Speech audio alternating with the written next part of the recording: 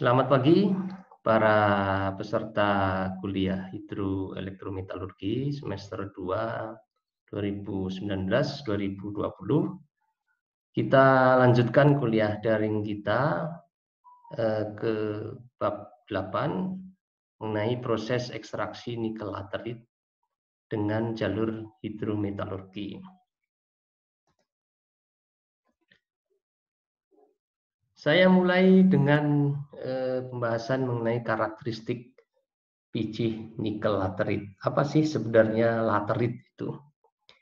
Laterit itu, sebagaimana juga kemarin pada kuliah mengenai boksit, adalah produk pelapukan batuan ultramafik secara kimiawi dalam periode yang panjang pada kondisi iklim yang basah atau lembab. Itu definisinya. Ini ilustrasinya, satu deposit laterit. Batuan ultramafik mula-mula mengandung sekitar 0,2 sampai 0,4% nikel, di mana nanti proses laterisasi itu menghasilkan biji laterit dengan konsentrasi nikel 3 sampai 30 kali lebih tinggi dari konsentrasi nikel dalam batuan induknya.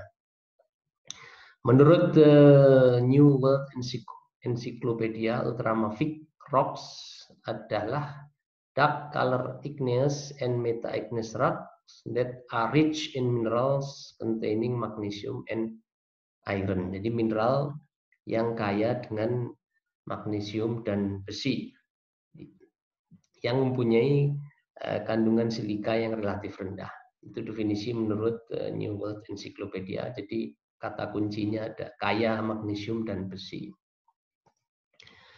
Berbeda dengan deposit nikel sulfida yang keberadaannya pada kedalaman ratusan meter di dalam, deposit nikel laterit ini keberadaannya lebih dangkal, yaitu sekitar 15 sampai 20 meter di bawah permukaan tanah.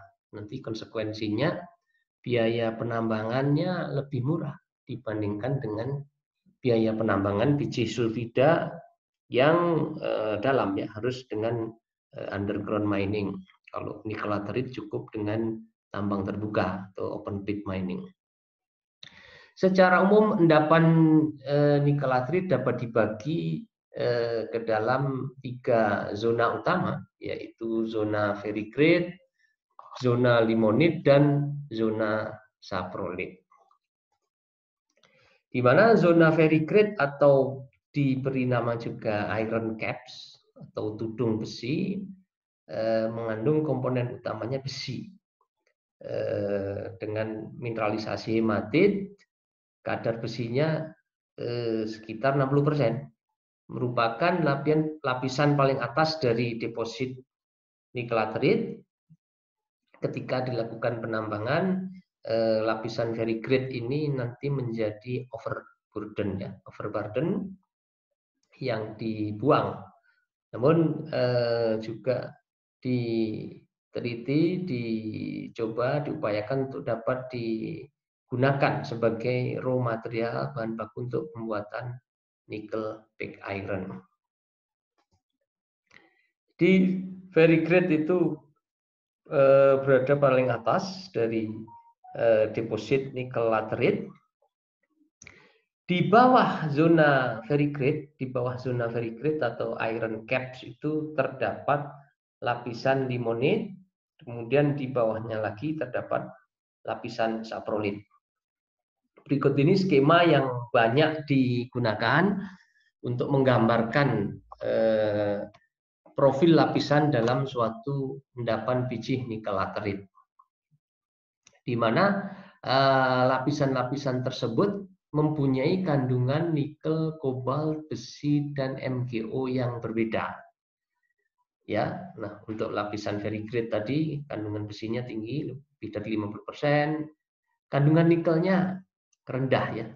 Makanya umumnya tidak diekstraksi nikelnya, itu kurang dari 0,6%. Demikian juga kandungan kobalnya, kandungan MgO-nya. Sementara lapisan di bawahnya, lapisan limonit, mempunyai kandungan Fe yang cukup tinggi, tipikal 40-50%, kandungan MgO yang relatif lebih rendah dibandingkan nanti lapisan di bawahnya, yaitu lapisan saprolid. Berapa kandungan MgO-nya? 0,5–5%. Kemudian kandungan nikelnya juga relatif lebih rendah dibanding saprolid, 0,8–1,5%. Ini menurut Dalvi ya.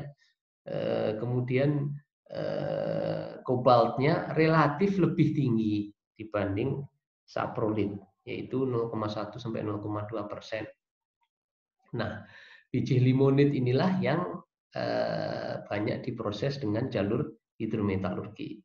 Sementara lapisan bawahnya adalah lapisan saprolid, kandungan besinya relatif lebih rendah dibandingkan dengan limonit, 10–25%.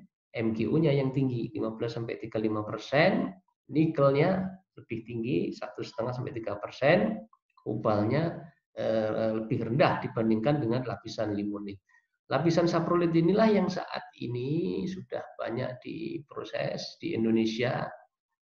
Selama lebih dari 40 tahun ferronikel itu sudah diproduksi di Pomala sana, kemudian juga nikel mate juga sudah cukup lama. Nah, baru-baru ini sekitar 5 tahun terakhir ini meningkat pesat produksi ferronikel dari deposit saprolid kita. Nah, di bawah zona saprolid ini ada bedrock ya, yang kandungan nikelnya sudah sangat rendah.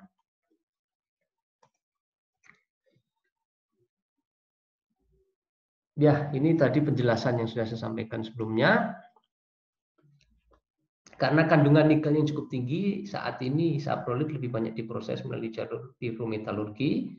Selain itu, dengan teknologi yang proven, yaitu teknologi HPAL, High Pressure Acid Leaching, menggunakan larutan asam sulfat, kandungan magnesia yang tinggi dalam biji saprolid itu kurang cocok diproses dengan proses HPAL tersebut, karena nanti akan mengakibatkan konsumsi asam yang tinggi.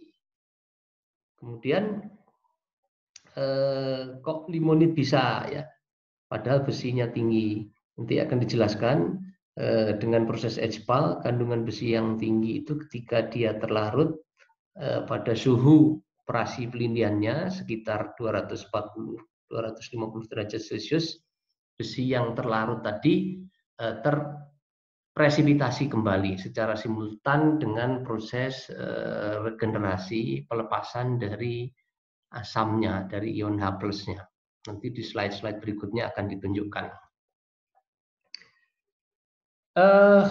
Untuk biji limonit, mineral utamanya yang dominan itu gutit atau alpha FeOOH dengan kandungan besi yang tinggi ya, 40–40%. Yang perlu Anda pahami, sebagian besar nikel itu berada dalam larutan padat dalam mineral gutit ini sebagai solid solution di dalam mineral gutit ini. Oleh karena itu, konsekuensinya untuk melarutkan nikel, kita mau tak mau juga harus melarutkan besi karena nikelnya ada di dalam kristal gutit itu. Bisa diilustrasikan dalam gambar berikut ya. Jadi dia berukuran halus, tidak membentuk mineral yang terpisah NiO ini, tapi berada dalam larutan padat dengan gutit. Dan limonit ini halus ya, seperti tanah, seperti ini ilustrasinya. Berbeda dengan limonit, saprolid berukuran lebih kasar, mineral utamanya serpentin dan garnerit ya, Mg3Si2O5OH4, di mana nikel dalam mineral serpentin itu mensubstitusi Mg ya, jadi tidak dalam solid solution tapi di kristal-kristal dari serpentin dan garnerit itu.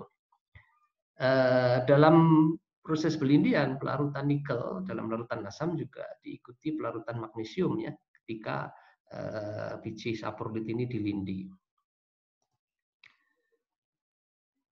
Tipe biji laterit di dunia bervariasi, diklasifikasikan menjadi tipe laterit oksida, sebagian besar terdiri dari iron hidroksida di bagian atas lapisan biji. Kemudian diklasifikasikan lagi yang laterit clay, sebagian besar terdiri dari smectite clay di bagian atas lapisan biji, dan laterit silikat, sebagian besar terdiri dari MgNi silikat ya, serpentin garnirit. Contohnya ini untuk yang silikat itu di New Caledonia, untuk yang tipe clay itu di Murin-Murin, untuk tipe oxide itu di Moabai ya. Kemudian juga dibedakan karakteristik laterit di daerah yang relatif basah dan yang relatif kering, basah atau humid seperti di Indonesia. Ini juga dibandingkan tipikal profil atau endapan biji laterit kita di Indonesia dengan di Australia Barat, Western Australia. Terlihat di sini zona paling atas verigrade-nya ini tidak betul-betul mempunyai ketebalan yang seragam. Jadi in reality ini profile ore body ini cukup bervariasi. Dan kita tidak dominan lapisan non-tronitnya, berbeda dengan di Western Australia ada lapisan non-tronit di sini yang komposisinya adalah sebagai berikut. Oke, kita di Indonesia mempunyai cadangan sumber daya biji nikel laterit yang cukup besar ya, khususnya terletak di Pulau Sulawesi dan pulau-pulau di sekitar Pulau Sulawesi di bagian timur wilayah Indonesia. Ini adalah profil sumber daya nikel ya dan cadangan. Sumber daya dan cadangan saya sudah pernah berikan apa bedanya ya di kuliah yang mata kuliah lain.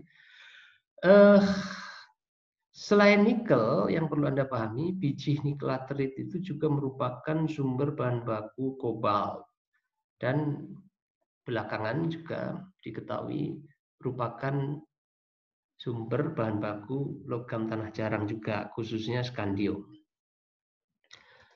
Bila dibandingkan dengan produksi tambang dan cadangan pada tahun 2017 dan 2018 ini lebih kecil nilainya. Namun yang menarik kita bisa lihat di sini Indonesia itu memproduksi biji tahun 2018 ini paling tinggi ya di seluruh dunia menurut data USGS, US Geological Survey Mineral Commodity Summaries Februari 2019.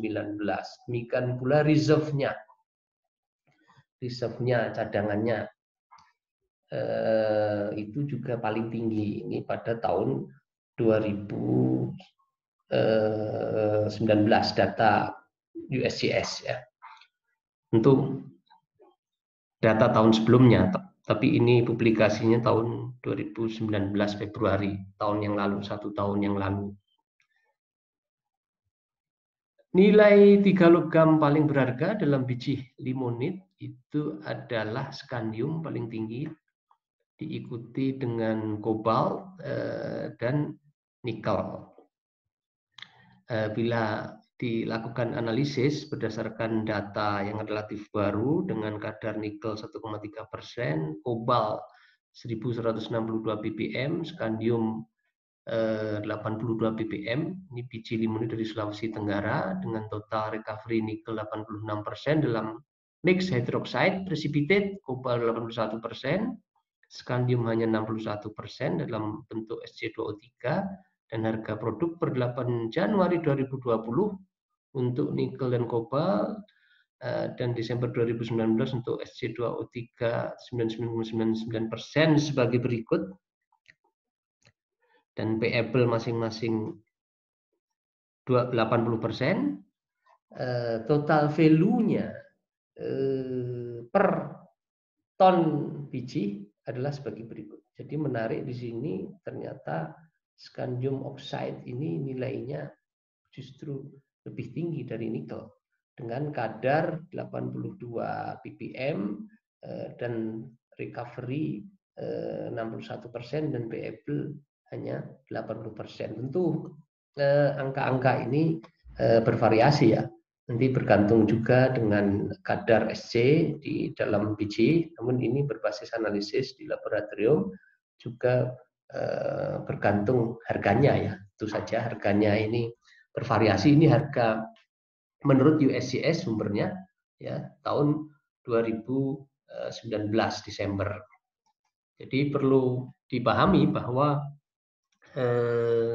di dalam mengekstraksi nikel dari biji laterit, khususnya dengan jalur hidrometalurgi untuk biji limonit ini, ya memperhatikan juga atau akan didorong atraktifness-nya secara keekonomian dari cobalt kredit dan scandium kredit.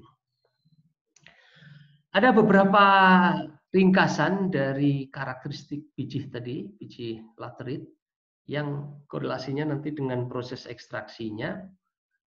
Yang pertama, karena tidak terdapat mineral NiO yang independen dan terpisah dari mineral lain, dia berada untuk kristal bersama dengan serpentin atau dalam larutan padat dalam mineral butit, maka proses konsentrasi biji itu sulit dilakukan. Baik dengan konsentrasi gravitasi tentunya ya, maupun dengan metode konsentrasi lainnya. Namun dalam perkembangannya proses konsentrasi ini dilakukan untuk memisahkan sebagian silika yang padat dan kromit atau Cr2O3 yang ada dalam biji. Itu yang kedua. Yang ketiga, mempunyai kandungan moisture yang cukup tinggi. Jadi kandungan moisture ini akan menjadi pengkonsumsi energi utama pada proses pirometalurgi, pada tahap-tahap pengeringan, kalsinasi, dan peleburan pada proses Elchem ya. Tentu kalau peleburan sudah habis ya moisture-nya.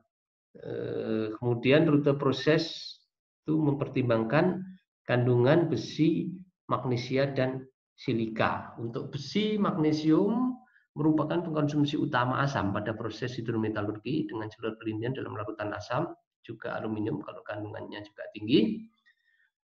Keberadaan mineral-mineral clay, kaulinit, kemudian juga haloisit, itu dapat menimbulkan permasalahan pada proses pemisahan solid liquid setelah pelindian. Pada proses thickening, pengentalan, nanti bila kandungan clay-nya tinggi, settling-nya menjadi lambat. Pada proses filtrasi mungkin menyumbat filter cloth-nya. Jadi harus diperhatikan kandungan clay ini mungkin juga perlu proses desliming sebelum proses bleaching ya.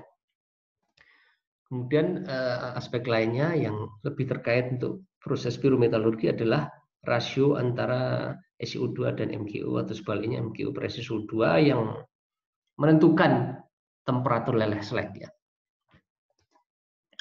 Baik, ini profil biji laterit dan korelasinya dengan proses pengolahannya.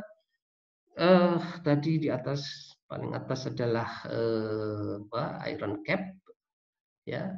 Nah, kemudian ada zona limonit di mana lapisan limonit ini yang sejauh ini sudah diolah dengan jalur hidrometalurgi dengan proses acid leaching, high pressure acid leaching dengan proses HPAL, dan juga dengan proses Caron, di mana kalau proses Caron juga mengolah zona transisi. Kemudian lapisan dari transisi sampai saprolit ini diproses dengan proses pirometalurgi atau proses smelting.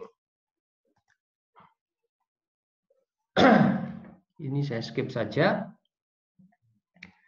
Ya, sebenarnya kalau dari sisi sumber daya di dunia ini laterit itu lebih banyak, di kurang lebih 70%, sisanya kurang lebih 30% itu biji sulfida. Namun dari sisi primary production-nya, produksi dari biji, sulfida itu lebih besar kontribusinya, kurang lebih 60%. Mengapa demikian? Karena ya sulfida dapat dikonsentrasi dengan flotasi sehingga nanti proses ekstraksinya lebih murah karena kadar nikel dalam umpannya sudah dapat ditingkatkan signifikan lebih tinggi dibandingkan dengan biji laterit. Ini adalah opsi-opsi pengolahan atau ekstraksi biji nikel laterit yang warnanya abu-abu ini.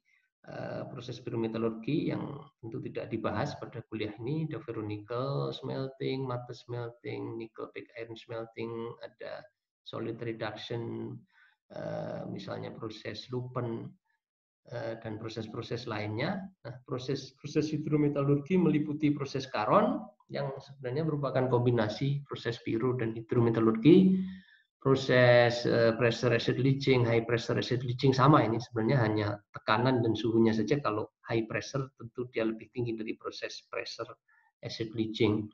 Kemudian atmospheric agitation leaching atau disingkat AL, enhanced pressure acid leaching atau EPAL, yang pada dasarnya kombinasi antara proses pressure leaching dengan proses atmospheric pressure leaching. Kemudian juga dikembangkan juga proses heap leaching. Kita akan bahas satu persatu. Sebelumnya kalau disampaikan, disampaikan kelebihan dan kekurangan proses hidrometalurgi. Kelebihannya ya dapat mengekstraksi kobalt dan memisahkannya sebagai byproduct. Ini yang hingga saat ini belum bisa dilakukan dengan proses pyrometalurgi. Kemudian dapat mengekstraksi dan memisahkan logam tanah jarang, misalnya skandium sebagai produk terpisah, sehingga akan ada nanti kobalt kredit dan skandium kredit. Secara umum konsumsi energinya lebih rendah.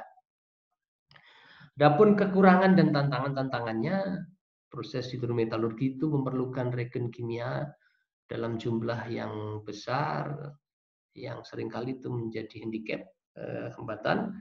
Perlu penanganan dan penempatan limbah dalam bentuk slari dengan volume yang besar.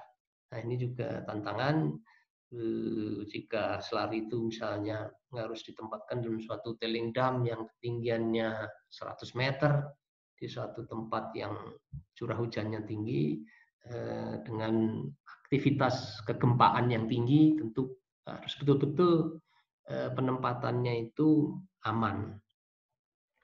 Baik, itu kelebihan dan kekurangan proses hidrometalurgi untuk biji nikel latrit. Saya mulai dengan proses ekstraksi yang pertama, proses Caron.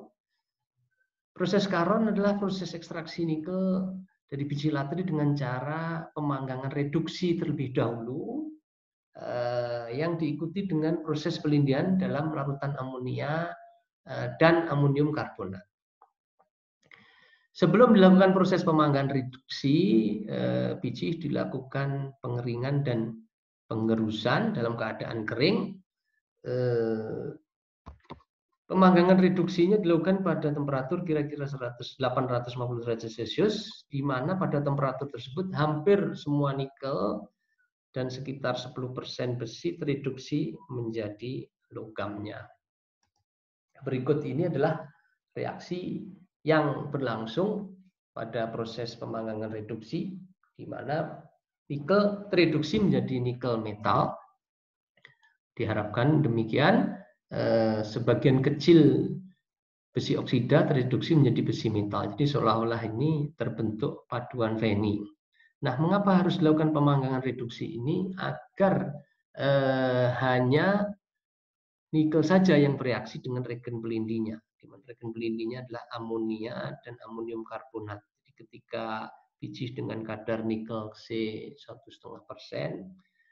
nanti yang bereaksi dengan amonia amonium karbonat itu ya hanya itu saja. Berbeda dengan pendekatan dan larutan asam yang dia bereaksi dengan keseluruhan atau sebagian besar oksida Mg, oksida besi ya.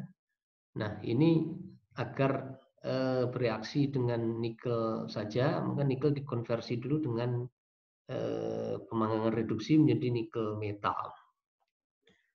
Setelah proses pemanggangan, biji didinginkan sampai temperatur 150-200, kemudian dilindi menggunakan larutan amonia, amonium karbonat ya, pada tekanan atmosfer. Di dalam proses pelindian ini, nikel akan membentuk kompleks nikel amonium karbonat, sementara besi akan terpresipitasi menjadi FeOH 3 kali.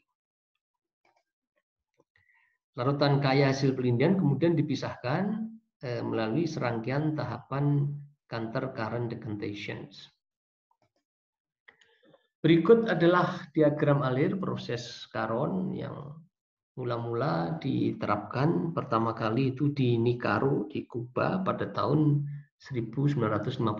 Jadi sudah cukup lama diaplikasikan secara komersial pertama kali sebelum proses hidromet lainnya untuk biji nikel laterit ini.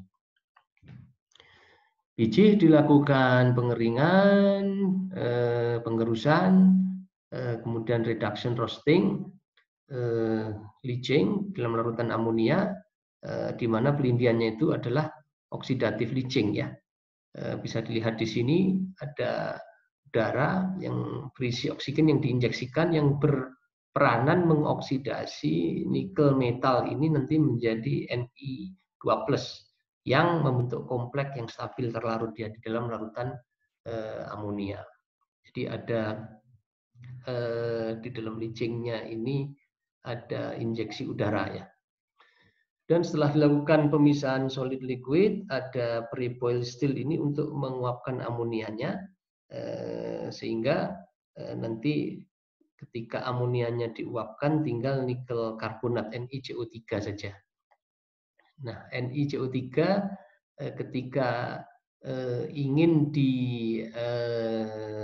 dikonversi menjadi nikel oksida dapat dilakukan kalsinasi saja. Jadi NiCO3 menjadi NiO plus CO2. Namun bisa dilakukan pemisahan nikel dan kobalt dengan proses ekstraksi pelarut, di mana yang masuk ke fase organik pada flow sheet ini adalah nikelnya ya, karena kobaltnya berada di fase aqueous di dalam larutan rafinat yang nanti di recovery dalam bentuk sulfidanya dalam bentuk COS dengan misalnya menginjeksikan gas H2S dalam suatu pressure vessel dalam suatu autoclave. Nah, setelah dilakukan stripping, nanti nikel dapat diendapkan dalam bentuk nikel karbonat, dapat dilakukan kalsinasi menjadi nikel oksida, dan bila ingin dihasilkan nikel metal, nikel oksida tadi bisa dilakukan reduksi dengan misalnya gas hidrogen. Berikut ini contoh pictorial flow sheet proses Caron yang diterapkan di Queensland Nickel Industries di Yabulu, Queensland, Australia. Cukup lama beroperasi meskipun belakangan mengalami masalah ya, berganti pemilik dari satu ke yang lainnya. Flow sheet-nya adalah sebagai berikut. Setelah pengeringan baru pengerusan ya. Jadi pengerusannya dalam keadaan kering. Kalau pengerusan dulu basah, pengeringan tentu konsumsi energi untuk pengeringan ini akan tinggi. Kemudian dilakukan reduction roasting dalam suatu multiple head furnace ya. Di sini dengan gas reduktornya adalah hidrogen. Nah, kemudian dilakukan pendinginan dan dilakukan pelindian pada tekanan atmosfer. Setelah itu dilakukan pemisahan solid liquid, residunya nanti disimpan di tempat penimbunan residu, overflow-nya dilakukan ekstraksi pelarut. Di mana pada proses ekstraksi pelarut ini terpisah antara kobalt dan nikel.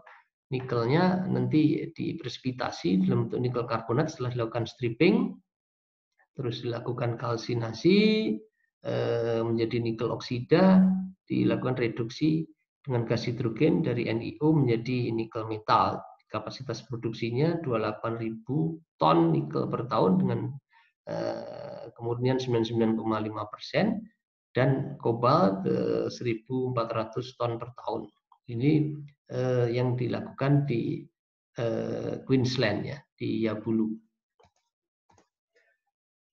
Apa kelebihan proses Caron? Kelebihannya konsumsi regen pelindinya rendah karena konsep tadi di mana hanya nikel yang diharapkan larut ya, diharapkan bereaksi dengan amonia dan amonium karbonat, sementara komponen terbesar lainnya seperti kuarsa, besi itu tidak bereaksi dengan larutan pelindinya.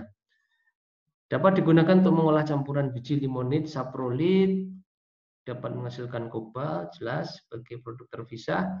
Proses korosi reaktor minimal karena pelindian dilakukan dalam kondisi yang basah.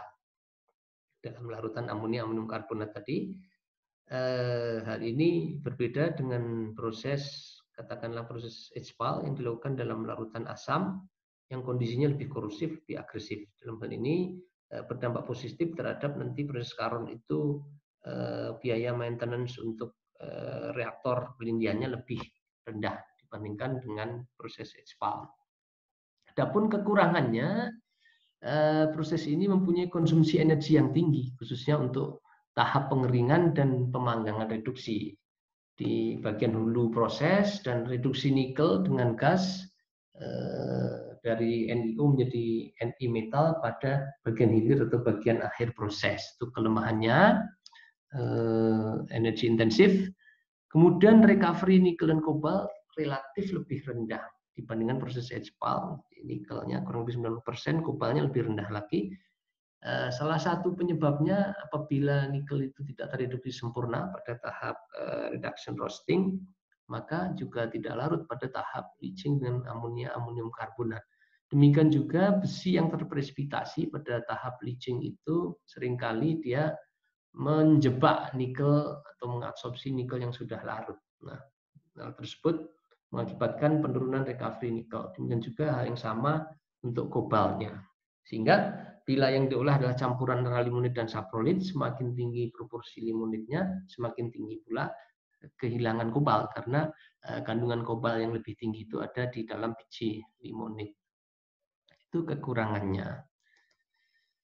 Baik, saya lanjutkan pagi ini dengan proses ekstraksi biji nikel latrit berikutnya, yaitu proses HPAL, singkatan dari high pressure acid leaching.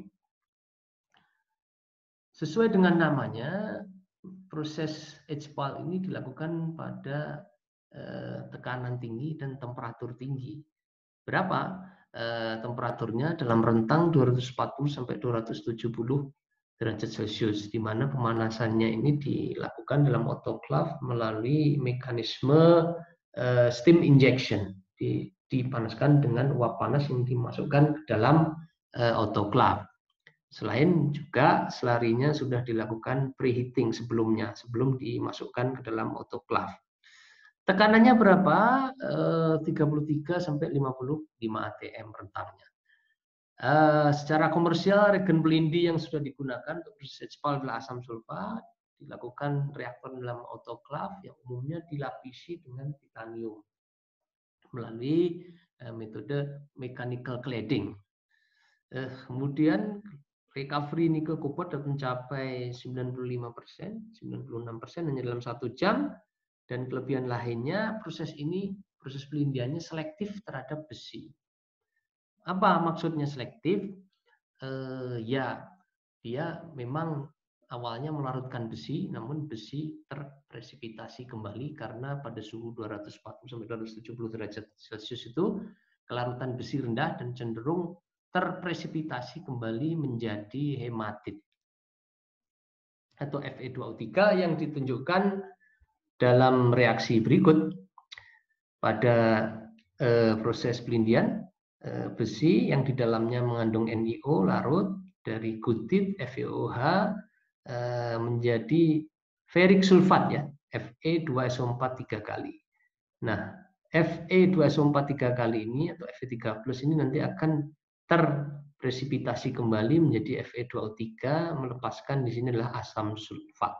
Nah, mekanisme inilah yang menyebabkan proses ini memiliki konsumsi asam yang relatif rendah dibandingkan proses pelindian dengan larutan asam secara akidasi pada tekanan atmosfer. Ya, sehingga selama sekian lama teknik ini yang dipilih untuk memproduksi nikel dari biji limonit dengan jalur hidrometalurgi. Ya, tentu kalau bisa dilakukan pada tekanan atmosfer ya akan lebih mudah dilakukan, karena pada tekanan tinggi ini kan sistem kontrolnya lebih sulit, ada tekanan, ada suhu yang tinggi di situ. Namun karena dengan suhu yang tinggi itu recovery nikel dan kobalnya lebih tinggi, besi yang terlarut lebih rendah, konsumsi asam sulfatnya lebih rendah, maka ini yang saat ini dianggap handal, ya, dianggap sudah teruji. Untuk logam-logam divalen seperti NiO, CaO, CoO, CaO rendah ya, kemudian juga MgO selain yang ada dalam serpentin akan larut dalam bentuk kation-kation sederhananya, Ni menjadi Ni2+, NiO plus H2SO4 menjadi NiSO4 plus H2O ya.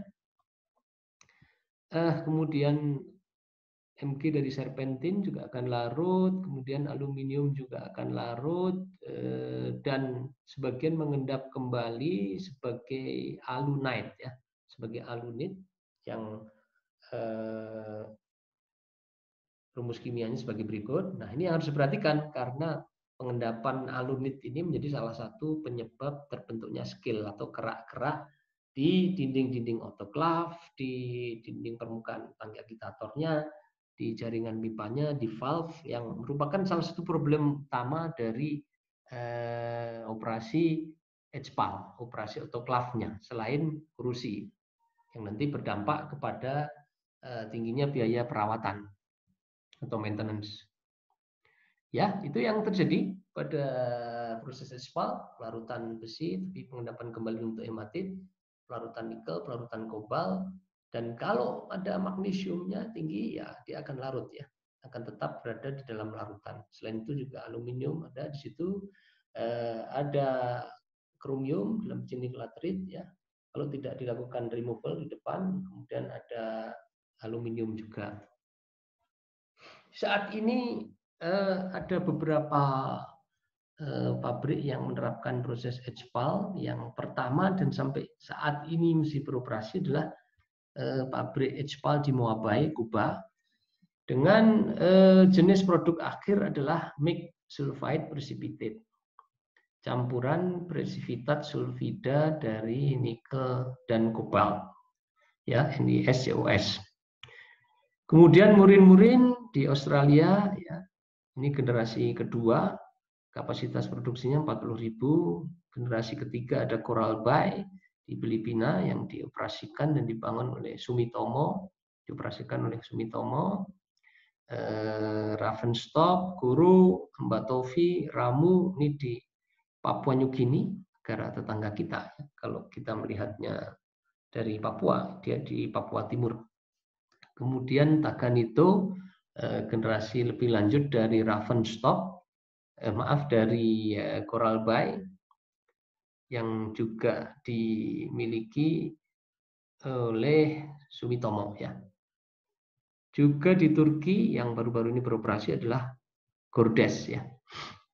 Anda bisa melihat di sini bentuk-bentuk produk akhir dari pabrik HPAL cukup bervariasi. Tidak ada yang dominan antara MHP dan NSP di antara dua itu ya. Selain itu juga ada produk akhirnya dalam bentuk nikel dan kobalt metal. Kita lihat original flow sheet dari proses HPAL yang diterapkan di Moabai, di Kuba. Kita mulai dari proses preparasi biji, penyiapan selarinya ya, pengentalan selarinya, kemudian sebelum proses high pressure leaching itu selalu ada proses preheating. Jadi ada proses preheating di sini dengan memanfaatkan steam yang didaur ulang dari selari yang dikeluarkan dari autoclave.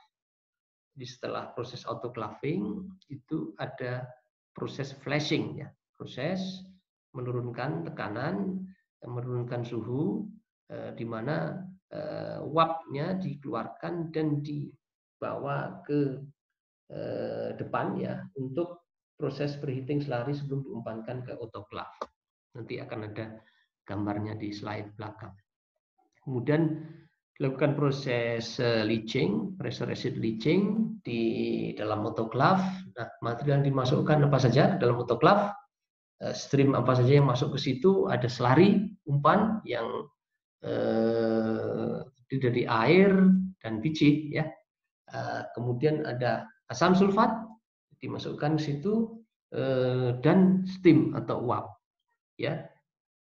Nah, setelah proses leaching di autoclave ada proses pendinginan dan penurunan tekanan, sebagian dipakai untuk preheating. Nah, kalau diperlukan sebagian lainnya dibuang, ya dibuang steamnya untuk mengatur tekanannya. Nah, setelah suhunya turun, tekanannya turun pada tekanan atmosfer, dilakukan proses pemisahan solid liquid dengan proses CCD, counter current decantation. Jadi dicuci dengan air secara counter current, di mana nanti underflow dari thickenernya itu akan bergerak dari thickener 1 katakanlah sampai thickener ke-6 yang makin bersih, ya, makin bersih dari larutan yang mengandung nikel.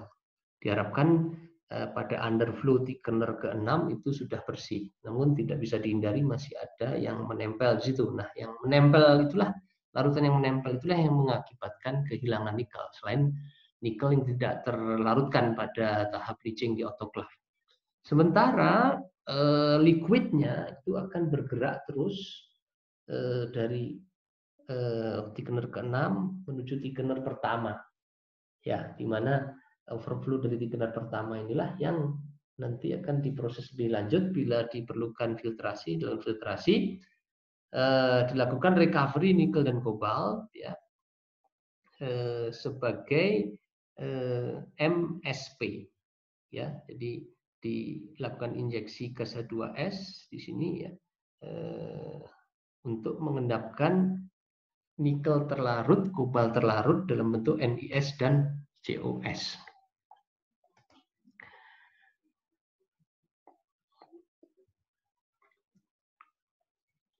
Komposisi biji di Moabai 1,3% nikel, 0,13% kobalt, besinya 45%, Mg-nya rendah, ya, karena kalau tinggi nanti konsumsi asamnya tinggi.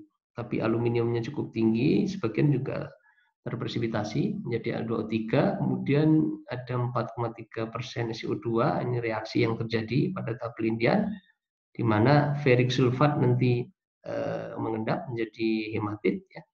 Suhunya 245 derajat Celcius, 43 atm selama 1-2 jam menggunakan autoclave tegak. Nah, ini bedanya dengan proses HPAL generasi baru, ya, di mana autoclave-nya adalah horizontal dan pengadukannya dengan mechanical agitator. Nah, di Moabai ini dengan menggunakan steam, ya, pengadukannya. H2SO4 dihasilkan on-site di pabrik HPAL tersebut dengan pembakaran sulfur, di mana waste heat dari proses eksotermis pembakaran sulfur itu digunakan untuk pemanasan, untuk menghasilkan steam, ya, yang dipakai untuk proses pemanasan di autoclave dan juga sebagian lainnya untuk power plant. Data persen ekstraksi nikel dan kobalt itu 94%, ini konsentrasi larutan hasil pelindian. Nikel, kobalt, mangan. Nah, kita akan pernah melakukan perhitungan dalam satu contoh soal, diberikan larutan hasil pelindian nikel, ya. Diminta Anda waktu itu menghitung pH di mana minimal besi, aluminium, kromium terpresipitasi dan berapa persen Ni yang ikut, ya. Kemudian juga pH untuk presipitasi Ni menjadi MHP dan persen pengotor lainnya yang ikut terpresipitasi. Nah, ini dalam bentuk MSP, ya, ada juga perhitungannya. Berikut ini ditunjukkan autoclave vertikal, autoclave tegak, ya, autoclave tegak yang digunakan di Moabai Kupang. Jadi jumlahnya cukup banyak, ya. Itu yang menjadi pembeda dengan generasi yang lebih baru yang menggunakan autoclave horizontal. Jumlah autoclave-nya paling hanya, ya, 4 autoclave dalam satu pabrik. Ya, dalam proses CCD digunakan 6 buah thickener. Dalam proses netralisasi, sebagian besi yang larut diendapkan, juga kalsium mengendap menjadi gipsum. Kemudian pada proses presipitasi MSP, presipitasi nikel dan kobalt dalam bentuk nikel kobalt sulfida, dilakukan pada suhu 120 derajat Celcius, tekanan 11 atmosfer, dihasilkan MsP dengan kadar nikel 55%, kobalt 5%, sisanya yang banyak adalah sulfur 35% dan impurities cukup rendah, besi hanya 0,7, copper 0,2 dan zinc 1%, di mana barium solutionnya mengandung nikel 0,05 gram per liter, kobalt 0,01, 1 GPL Mn dan 7 GPL H2SO4. Ini pictorial flow sheet setelah proses HPAL, yaitu proses thickening dan netralisasi, ya. Digambarkan di sini. Baru nanti setelah dilakukan netralisasi dilakukan proses presipitasi dari nikel dan kobalt dari sini, ya. Nah, ini adalah tahap preparasi coral matte-nya. Jadi preparasi dari neutralizing agent-nya nih di sini. Jadi ada lock washer, ada vibrating screen untuk mencuci dari partikel halus, ya. Kemudian nanti disimpan di sini, digunakan untuk netralisasi. Overflow-nya inilah yang diproses lebih lanjut pada proses presipitasi nikel dan kobalt dalam bentuk MsP. Nah, ini liquornya dari tahap netralisasi, dilakukan preheating. Nah, presipitasinya juga dilakukan di autoclave, ya. Presipitasi dari MsP-nya dilakukan dengan menginjeksikan gas H2S, ya. Kemudian larutan hasil presipitasinya dilakukan pemisahan solid liquid, ya, dengan thickener.